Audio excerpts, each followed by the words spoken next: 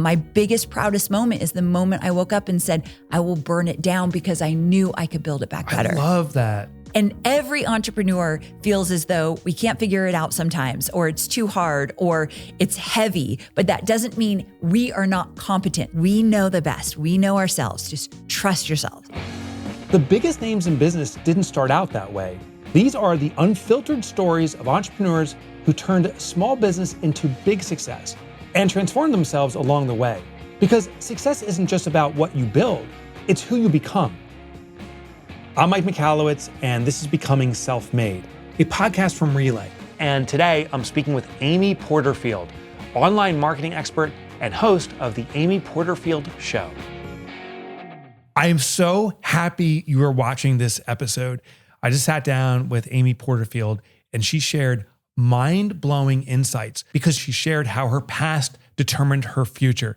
I found it fascinating that so many of us are trying to reconcile our childhood and our past, that so many of us are trying to resolve problems that we've experienced through our businesses. Because ultimately, our business is an expression of ourselves. You're going to learn so much in this episode, and I think you're going to see that your journey so far has brought you to a point where you can have a business that's wildly successful if you just appreciate your journey. I have been looking forward to this interview forever. I'm with Amy Porterfield. We go back now about 3 years. Yes. I want to start off with an exercise called the lifeline. And I was happy to hear that you've never heard of this Never before. heard of this. I'm going to start it and then you're going to complete it. So this represents your life. So it's the Amy Porterfield life. And we're going to do in increments of, this is when you're born, this is 5, 10, 15 years, 20 of your life until your current age. This is the measurement of the high points, high, low. Okay.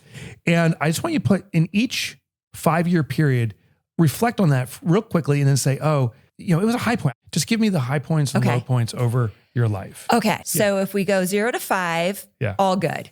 So do I do a little X? Yeah, perfect. Yeah. Okay. So all good. Okay. Once around 10, getting a little awkward. Just write the most awkward thing that happened. So I've always battled with my weight. So I was just like a heavier kid. And so did you get made fun of and stuff? Yes, that kind of thing. Like not brutally, but I was very aware of it. Okay. And then by 15, cheerleader, high point, lots of fun. And then going into 20, went to college, had a great time, loved it, had a really jerky boyfriend though. So I'll just kind of put it in the middle. Yeah. And then let's see here. So now we're in like 2025. I was working in publishing at the time. So I was young. I was in Santa Barbara. I went to UC Santa Barbara. So had a great time. Did a little in sales a little bit. So learned how to, for people to say no to me 1 million times. So that was good. But then here's where things got interesting. So 25 to 30, that's when I worked for Tony Robbins. Huge high point. Learned everything about entrepreneurship. I was behind the scenes, but he was on stage. So I got to do the production stuff and content stuff. So super fun. Okay. And then 30 to 40 is when I started my own business. So like 30 to 35, low point. That was rough. Starting and being an entrepreneur was rough. Then things started to take shape, hit my first million between 30 and 35 and 40, all that good. And now I'm 48. So I'll just say between 40 and 45, total high points. Total high points. Yes. Okay. So let me hold this. Now we're going to reflect on some of the elements. Okay. So you're reflecting here and you're picked on by kids. It's actually interesting. The only one you put a word on was here. I know. You're heavier at this time and kids made fun of you. It was just, or it wasn't like major bullying, but some boys said things, but I was very aware I looked different from everybody else. I was always just a bigger girl, but that I've taken with me throughout my whole life. Dude, I'm so with you. So I was the skinny kid. Okay. Like, oh gosh, we should have hung out together. Same thing. I was made fun of. I remember Sarah McMichael. Damn, Sarah. Who was your person that picked on? Her name was Christine, and she just wouldn't stop. Wouldn't stop. I wasn't really outgoing. I'm an introvert, and I think maybe it started with that. My dad was really hard on my mom for her weight, so I saw that. So I saw men being mean to women about weight, so that kind of got in my head a little bit. Yeah. And then I didn't mention this, but my parents divorced when I was 18 and went to college. And so that was a very low point that I didn't even realize my parents had problems till that all came I about. wonder when it comes to becoming self-made, if that pain you went through defines you today. Absolutely. One thing I know is, so I was doing tons of research on you, and I go back to Anthony Robbins. You're in the conference room. Yeah. You're the note taker, which sounds very misogynistic, by the way. Yeah, very, right? So you're secretary, effectively? I was director of content, but I was brought into this big meeting with all these men talking about online marketing, and I was asked to take notes at a different table. At a different table? Yes. Yes. Does that kind of harken back to this situation where you see your dad picking on your mom? Yes. I've really had to repair my relationship with male figures because of my dad is a great man, firefighter, blue collar to the bone, worked really hard, which is where I got my work ethic. Yeah. But he was just hard on me and I just never felt good enough. And so I brought that into every job I had with a male boss, always wanted to do my best, always wanted their attention, always wanted them to think I was doing a great job. And it wasn't Tony's fault, but I did it with Tony as well. So moments that I'm sitting at the side table, I just wanted to be in the room. Yeah. So it was just, I did it. Oh, that's So what was this low point here? So let's see here. Between 20 and 25, I was working just in sales and publishing, and I was drinking a lot. From 20 to 25, just got out of college, stayed in Santa Barbara, California, and just was in a crowd of just partiers. Yeah. So if I look back and regret a kind of point in my life, between 20 and 25, I think it would be that. I was just a little wild. Okay, so you're wild, but Yeah. But do you learn from that? Absolutely. So I learned to choose your friends wisely and get in the right circles. That's brilliant. Yeah. So at the time, they weren't making good choices. They weren't healthy. That's none of it. So when I went into work for Tony Robbins, that's an environment of a lot of people that are striving and care deeply about their mental health, their physical health. So it was such a contrast of choosing your friend group, not wisely and wisely. That's fascinating. Yeah. I want to go back to that a little bit because they say you're the summation of your 5 closest friends or something like that. Yes, yes. So okay. true. So you're on the high ride now. Yeah. So after that, I started my own business around 30. I think I was 31 officially when I started easing into it. And that was the hardest time of my life. The first 2 years of building my business, I got $40,000 in debt, had no idea what I was doing. Yeah, I'm talking to the right guy. This is the part I want to dig into. Yes. I'm like, it was a disaster. And then once I got through that really first hard 2 years is when things started to click and boom. It takes such courage to start a business. What is the trigger for you? How'd you get that confidence? So I did not have the confidence. What happened was when I was working for Tony Robbins, obviously he talks a lot about entrepreneurship and building businesses. And I got that bug, but never was I raised to be an entrepreneur. Again, my dad was blue collar. My mom was blue collar. And however, when I used to play Barbies with my sister on the floor, I remember this vividly, and we'd be playing or whatnot. And he'd walk by and he'd say, "Girls, remember, one day, find a way to be your own boss." It made no sense at the time.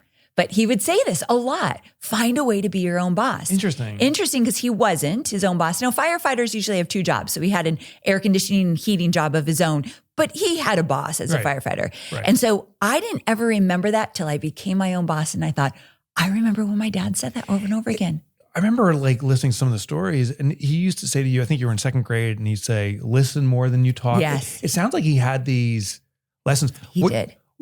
Where do you think it emanated from him? Was he trying to correct his own Absolutely. challenges? So he came from a bad childhood. His dad was abusive. There wasn't a lot of love in the home. So interesting enough, my dad has always been very hard on me. Not anymore that we're older, but very hard on me. Never felt like I was good enough. And I was a little scared of my dad. Yeah. He just had that big presence. However, there wasn't a day that went by that he didn't tell me he loved me. And so he definitely was correcting some of the wrongs because his dad never said, I loved you. So it was kind of a big thing for him, but he just wanted us to be the best. Do you feel part of the entrepreneurial journey is kind of reconciling this past? Like you have such drive. Or all of your entrepreneurial drive is because it's like a reconciling of the past? Or Absolutely. The unhealthy part is wanting my dad to be proud of me and wanting to prove myself. But the healthy part is really showing what I'm capable of. Like I really want to be my best self. Yeah. And so entrepreneurship, literally every day you get a chance to be your best self or not. And you're the only driver of it. Like no one else is telling us what to do. What's your proudest moment of yourself? Is maybe not the outside, I achieved $1 million. It could be something that the outside would see as small, but for you it was massive. So in your entrepreneurial journey. Yes. And this one comes back to the issues I've had to deal with, masculinity and all of that. Yeah. I took a silent partner on in my company, and I had just hit the $1 million mark. I was in business for maybe 3 years, and I was in a mastermind with this guy, and I asked him for help on something, and he said, better yet, why don't we partner together and I can help you build this business that I've already built, for the record. And I could do this for you. I could do that. And Mike, I'd love to tell you that it took me months to decide and really pros and cons, one sleep. And the next morning I said yes to giving 50% of my company away to a man I hardly knew, but he saw potential in me. He thought that I could do even better. Of course, yeah. So he was younger than me too. And so over the next few years, he was a silent partner where I was still the face of the business, and we crushed it. I mean, I went from 1 million to 5 million and beyond really quickly. And so we did some amazing things together. And then one day I woke up and didn't even recognize myself. And I'm not being dramatic. Every decision, I let him make it. Every action item, I did. We would have meetings. He would leave with 0. I would leave with 20. Okay. Yeah.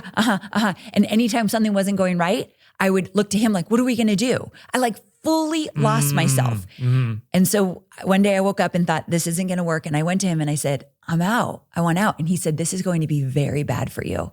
And I said, why do you think so? And he said, because of how you are with money. And so, because I had to buy him out. Yeah. And so essentially what he meant, and years later I realized he was right. I held on to money like I was going to lose it. I white knuckled it. Was very careful to a detriment with my money. Where one example, Facebook ads, when they're working, throw more money at them. I didn't have that mentality. Yes. I was like, I'm so scared. I'm so scared. Sure. So he just knew that about me, and I had to buy him out. And so for a year, it was horrific. Yeah. It was like a divorce. Yeah. We wouldn't talk, or we would argue back and forth, back and forth. I refused to launch anything till we figured it out. So the business started going down. Sure. And then one day I woke up and I thought, I will burn this down before he will get any of it, before I will say, I'm not going to get out of the partnership. I'll burn it down first. Right. And so the minute that happened, I was like, I win because he can't take anything from me. I'll burn it down. Yeah. And so that's when we went into mediation.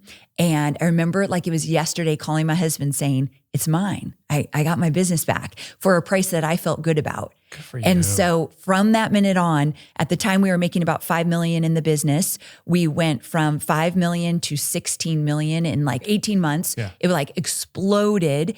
And so self-confidence. it was everything to me. You said something that makes me think about so many entrepreneurs, and they devalue themselves. Yes. Particularly in their desperate moments. I'm curious on your perspective on those desperate stages, how people just give up on themselves, particularly when it comes to equity and they devalue themselves. Yes. You work with tens of thousands, hundreds of thousands of entrepreneurs.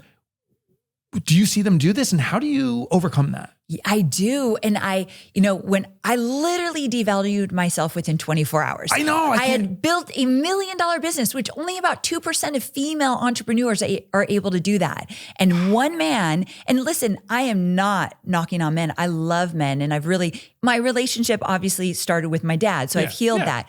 But in 24 hours, I'm like, take it, because I didn't believe I could do it on my own. Yeah. And so now I work with primarily female entrepreneurs, and I tell this story to say there is no reason you need to give it away. Okay. And every entrepreneur feels as though we can't figure it out sometimes, or it's too hard, or it's heavy, but that doesn't mean we are not competent. So it's a huge part of my messaging around that, because you're right. And I remember Michael Hyatt, who's a very big mentor of mine.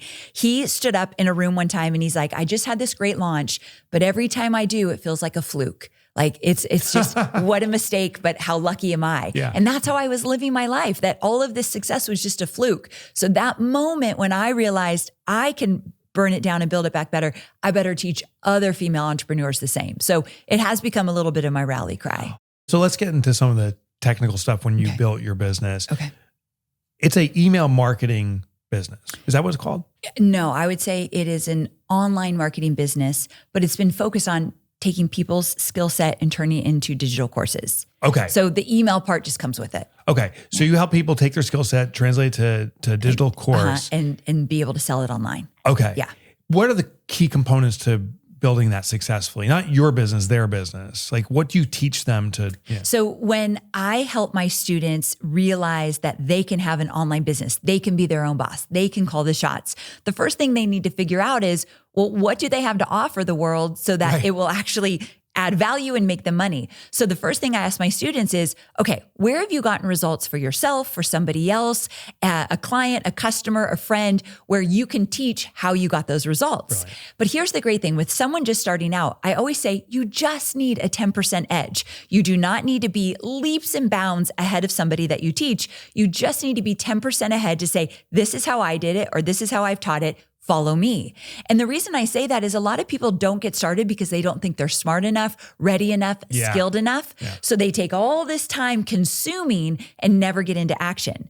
So right away, all of my students have had success for themselves or helped somebody else at one point or another. And so that's where we start. And then the next thing we think about is, okay, so what problem can you solve? You get really clear. And when you think about what problem can you solve, you start thinking about, who do I want to solve that problem for? And so these are the things that we start to think about. What's your 10% edge? No, you don't need any more learning. You already have it. Right. What problem can you solve? Who do you want to serve? And the final question is, what lights you up? Because I've gone down a road where I've created courses just because I knew I could make money with it, and I hated it, and the courses never saw the light of day. So what could you talk about morning, noon, and night, and it still energizes you? But here's the key. It doesn't have to be your end all be all. It doesn't need to be your passion in life. That's another thing.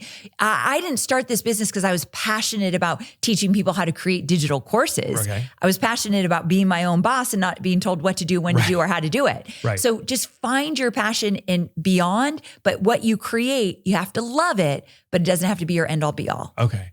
Is learning a way to avoid doing? Absolutely. That's why I always say action creates clarity. If you go through my program and just take 50% of it, but start taking action, you're my favorite student because you are getting going. I've had so many students say, I didn't even get to the end of your course, but I was excited and I just did it and this is what I got. So action creates clarity.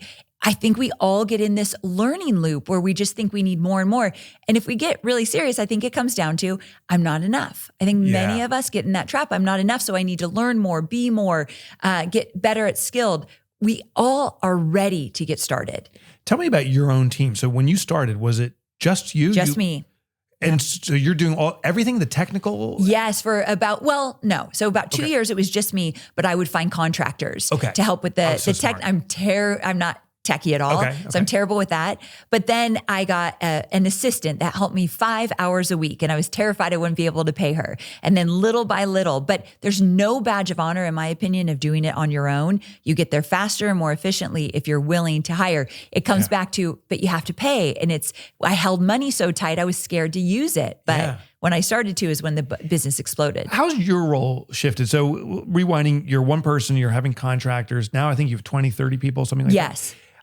That's a big shift in your role. So how's Amy different today than you were then? Earlier, you mentioned the word confidence, and I said I had zero, starting out. I believe that it starts with courage. Courage is a leap of faith. Confidence is, I have a little bit of a track record, so I'm feeling pretty good.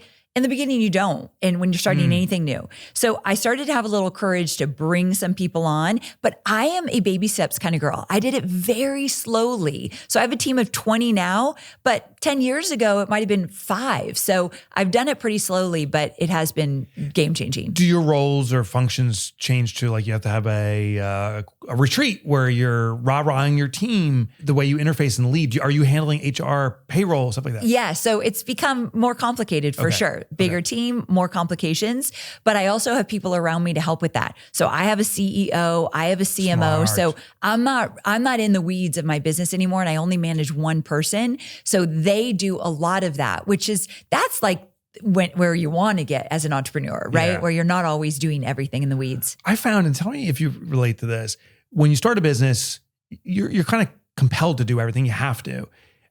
At a certain point, the job of an entrepreneur is to actually extract themselves from a business. That's what ownership is. It's not doing the work. We have a president. Her name is Kelsey. She runs our operations. And then you can reinsert yourself in the business in a way that gives you joy. I like to be the spokesperson. Okay, absolutely. Did you find a similar path? Yes, like right now that's happening. So I have reinserted myself as the content director because I'm creating a new program and I want to be very closely tied to it. So I'll step in when I have a passion or I know I can make a difference. Yeah. And then they love when I step out. That's so funny. I probably make things more complicated. So I'm going to go to another question. Okay. You came in here and you dropped the bomb. I'm like, how's business? You're like, I just did a launch. I'm like, oh, amazing. You do them all the time. I'm like, this is my last one. Yes. What? I haven't really talked about this a lot. So, okay. For 16 years, I have been creating and launching digital courses. Yeah. I got really good at it. And so I started teaching other people how to create and launch digital courses. So this is my whole identity. Okay. Yeah. And it's put me on the map. I wouldn't trade it for the world. It's given me my wealth and my space in the online marketing world. However, for the last few years, I'd really been called to work with female entrepreneurs that have already started. I work with a lot of beginners, just leaving their 9-to-5, just starting to build a business online, and I love them dearly. But I have evolved. You know, as we do this for a long time, we've evolved as entrepreneurs. And I want to talk about the bigger things about what it means to be a female entrepreneur and making money. I love to talk about making money and what you want to do with that money. And so when you're working with a beginner, that's harder to do. So one morning I woke up and I thought, I've never wanted a mastermind. I never wanted to be the host of a bunch of like $1 million female business owners, but something just was on my heart. I don't know if it was just God calling me to say, go for it, but it was very clear. And so I started a mastermind of women making $1 million or more over in a year time. And that was like, I loved it. And then I started another one of women around that 500K mark wanting to make their first million. It's called the Millie Club. So we started that. And now I have a new coaching coming out in January where it's the women around at 150, 200 looking to kind of the hardest part, looking to kind of break in. So because of this, there's an ascension model now, these 3 different coaching programs.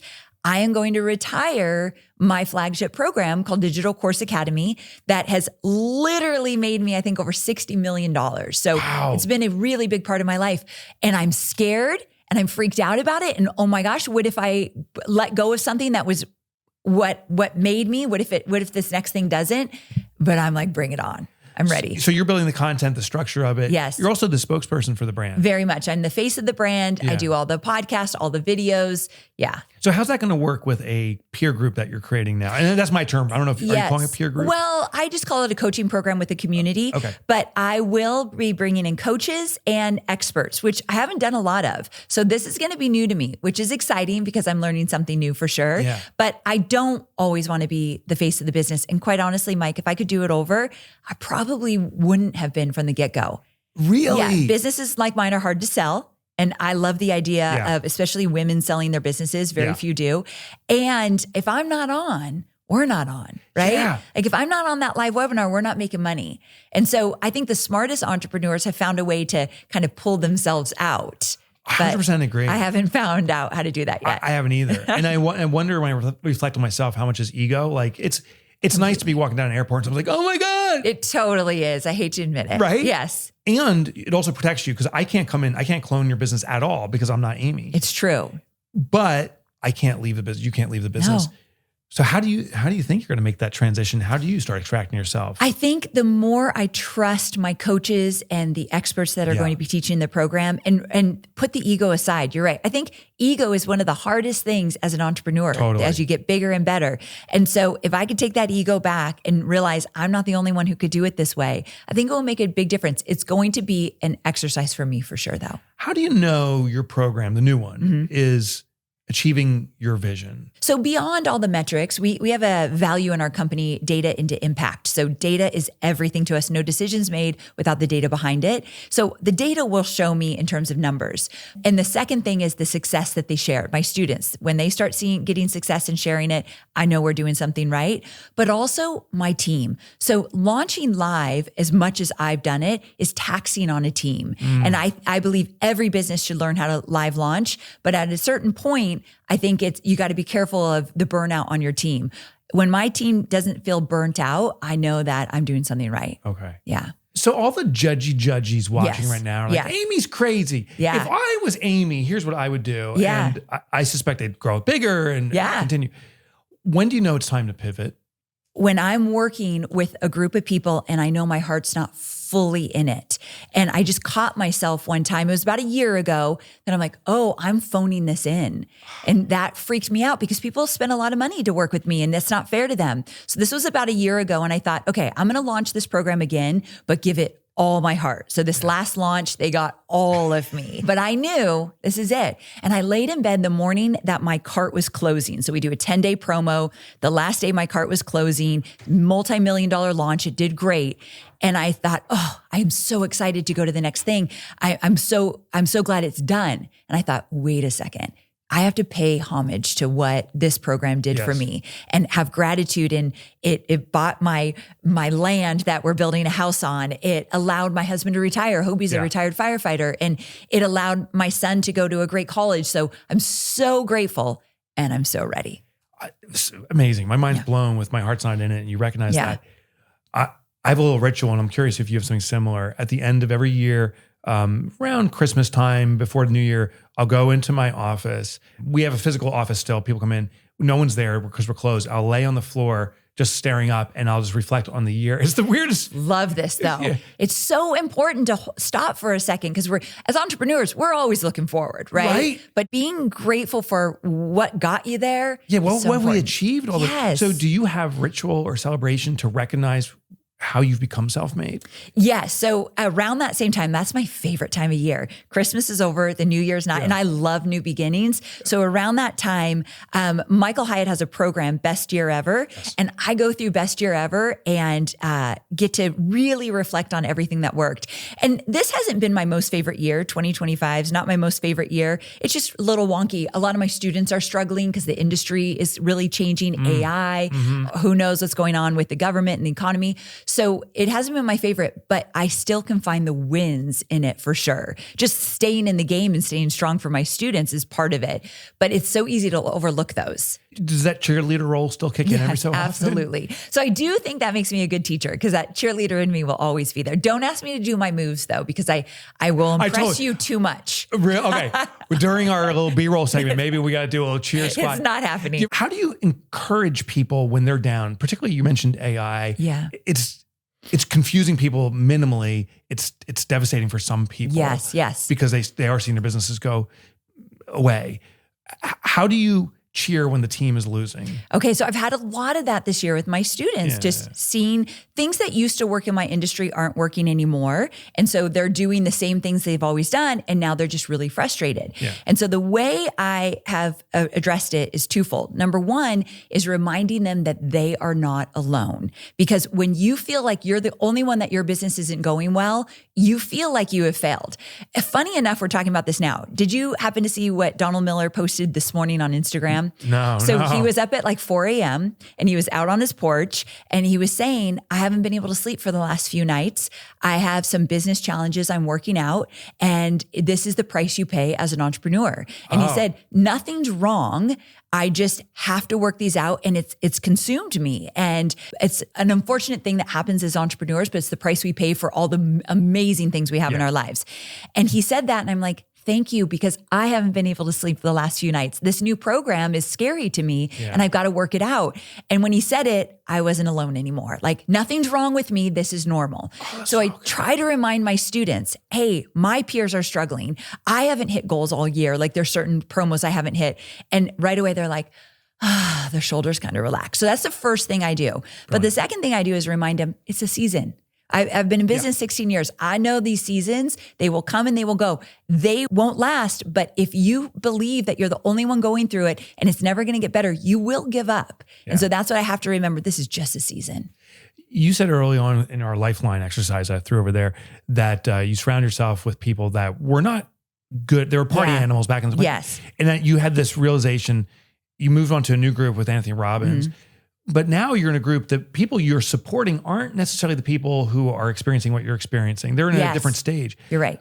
Have you found or how do you find your tribe? Absolutely. So if I'm supporting a lot of people that haven't gotten to where I'm at today, and that's why I'm their guide, I'm showing them the way, I surround myself with a lot of people that are at my level or far beyond. So men and women, really great friends of mine, but just sharing everything about our business and a little bit about personal even. It's a lifeline. Again, so I remember I'm not alone in this. Yeah.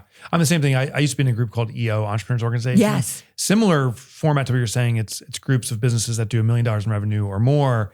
And it is interesting. You no longer feel isolated. So finding those peers was so significant for me. Before I go to my rapid fire questions, I want to ask you, what has been the trade-off for you in becoming self-made?